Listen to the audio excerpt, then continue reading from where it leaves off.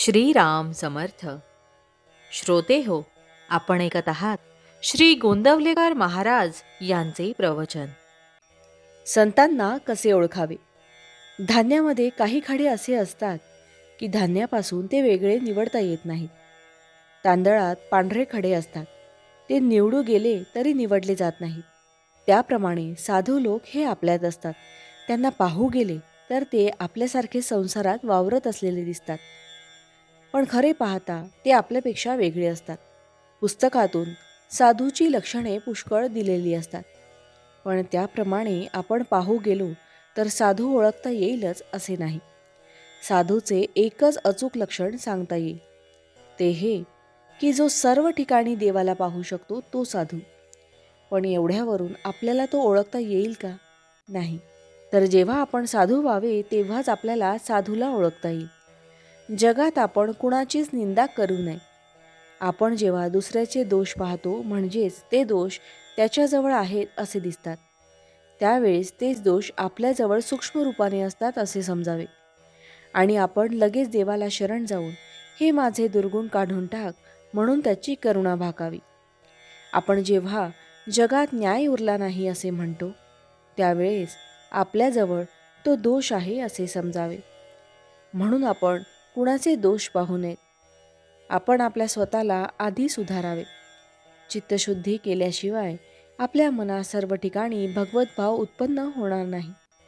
म्हणून जेव्हा जेव्हा आपल्याला दुसऱ्याचे दोष दिसतात तेव्हा आपले चित्त अशुद्ध आहे असे समजून आपण परमात्म्याची करुणा भाकून त्याला शरण जावे आणि माझे चित्त शुद्ध कर अशी त्याला विनंती करावी. असे केले म्हणजे आपले चित्त शुद्ध होत जाते आणि मग भगवंताची प्राप्ती व्हायला वेळ लागत नाही.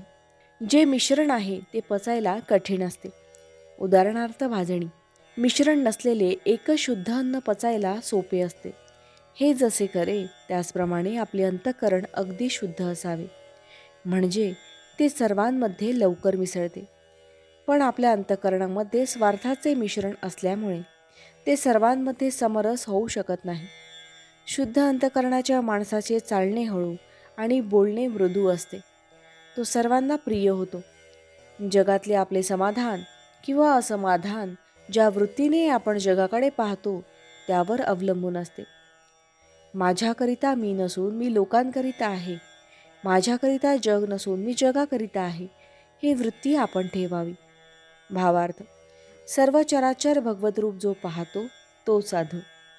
जानकी जीवन स्मरण जय जय राम.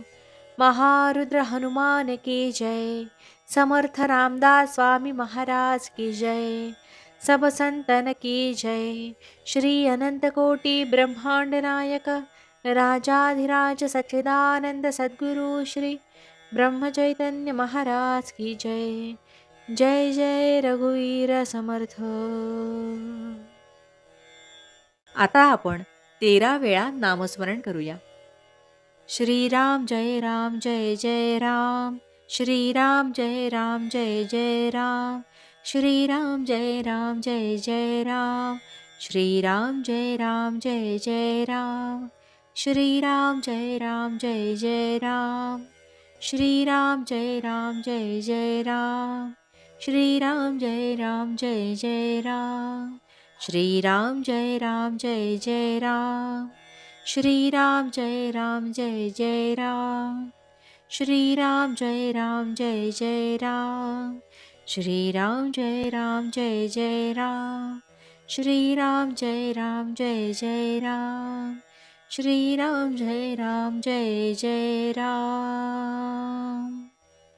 जय श्रीराम.